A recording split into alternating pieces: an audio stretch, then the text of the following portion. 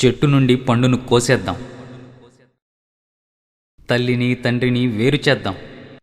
రొమ్ము నుండి పాలు మొత్తం పిండేద్దాం. పాయసం చేసుకొని తాగేద్దాం. ఆకలి తీరటమే మనకిప్పుడు ముఖ్యం. తల్లి తల్లడిల్తే మనకే. రొమ్ము కోసి రక్తం రుచి చూద్దాం. రుచి మరిగిన రాక్షసులారా రండి, మర్రి చెట్టెక్కుదాం. అక్కడ్నుంచి ఓడల్లా విడిపోయి మనమందరం ఒంటరిగా ఊరేగుదాం, ఒక్కొక్కరం. వెలుగు జాతి మనది,